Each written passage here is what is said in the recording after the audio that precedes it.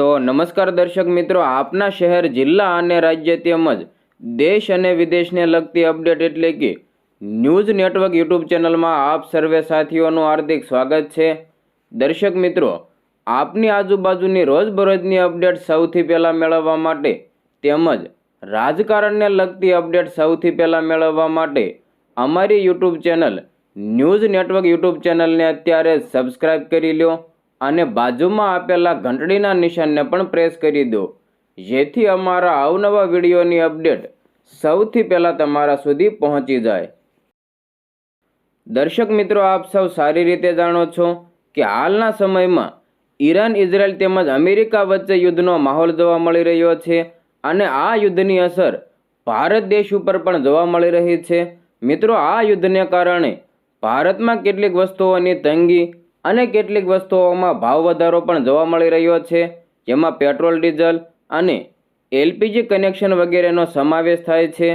તો એલપીજી કનેક્શનને લઈને હવે નવી અપડેટ સામે આવી છે. જે આ દર્શક મિત્રો, વિગતવાર માહિતી મેળવીએ તો આજકાલ લોકો એલપીજી ગેસ વિશે ઘણા પ્રશ્નો ઉઠાવી રહ્યા છે. કેટલીક જગ્યાએ એવા અહેવાલો બહાર આવ્યા છે કે લોકો જરૂરિયાત કરતાં વધુ સિલિન્ડર બુક કરાવી રહ્યા છે અને ઘરે વધારાનો સ્ટોક રાખી રહ્યા છે. સરકારનો દાવો છે કે દેશભરમાં ગેસનો પુરવઠો સામાન્ય છે અને દરરોજ લાખો સિલિન્ડર ઘરે પહોંચવામાં આવી રહ્યા છે. ડિલિવરી સામાન્ય રીતે બુકિંગના 2 થી 3 દિવસમાં થાય છે. આમ છતાં ઘણી જગ્યાએ ગેસના કાળા બજાર અને સંગ્રહખોરીની ફરિયાદો સામે આવી છે. ઉત્તર પ્રદેશમાં એક રાજકારણીના ઘરેથી 55 સિલિન્ડર મળી આવ્યા. પોલીસ અને વહીવટીતંત્ર આવા કિસ્સાઓમાં કાર્યવાહી કરી રહ્યું છે.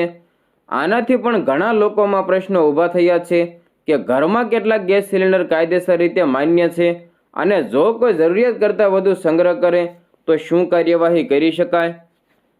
પ્રથમ, ઘરમાં કેટલા એલપીજી સિલિન્ડર રાખી શકાય તેની વાત કરીએ તો જેમની પાસે વધુ ઘરેલું ગેસ સિલિન્ડર કનેક્શન છે તેમના સિલિન્ડર સ્ટોરેજ અંગે ચોક્કસ નિયમો છે.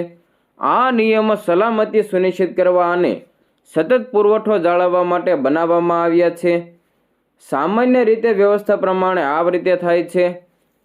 એક સામાન્ય ઘરેલું કનેક્શનમાં 14.02 કિલોગ્રામના 2 સિલિન્ડર સમાવી શકાય છે. એક સિલિન્ડરનો ઉપયોગ થાય છે અને બીજાને બેકઅપ તરીકે રાખવામાં આવે છે. જરૂર પડ્યે બીજા સિલિન્ડરને ઝડપથી બદલી શકાય છે. આ વ્યવસ્થા મોટાભાગની ગેસ કંપનીના કનેક્શન ઉપર લાગુ પડે છે. આ ઘરોમાં ગેસનો ઉપયોગ પણ સરળ બનાવે છે અને વધારાના સ્ટોકની જરૂરિયાતને દૂર કરે છે. ગેસ સિલિન્ડર સંગ્રહ ક્યારે ધ્યાનમાં લેવામાં આવે છે તેની વાત કરીએ તો જો કોઈ પણ વ્યક્તિ તેની જરૂરિયાત કરતાં વધુ એલપીજી સિલિન્ડર એકઠા કરે છે તો તેને સંગ્રહખોરી ગણી શકાય. ખાસ કરીને જો સિલિન્ડર સામાન્ય ઘરની જરૂરિયાતો કરતાં નોંધપાત્ર રીતે વધુ હોય.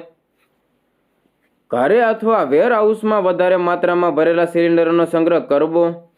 બુકિંગ નિયમોનો દુરુપયોગ કરવો. નીચેની પરિસ્થિતિઓમાં કેસ ગંભીર માનવામાં આવે છે. વ્યાપારી હેતુ માટે ઘરેલું સિલિન્ડરનો ઉપયોગ કરવો. વધુ કિંમતે સિલિન્ડર વેચવાનો પ્રયાસ કરવો. જ્યારે અધિકારીઓને આવા કિસ્સાઓની જાણ થાય છે ત્યારે તેઓ તપાસ કરે છે અને આગળની કાર્યવાહી નક્કી કરતા હોય છે. સંગ્રહખોરી માટે શું પગલાં લઈ શકાય તેની વાત કરીએ તો ભારતમાં એલપીજી ગેસને આવશ્યક ચીજવસ્તુઓ તરીકે વર્ગીકૃત કરવામાં આવે છે. તેથી કાયદો તેના કાળા બજાર અથવા સંગ્રહખોરીને ગંભીર બાબત માને છે. નિયમો હેઠળ કડક પગલાં લઈ શકાય છે.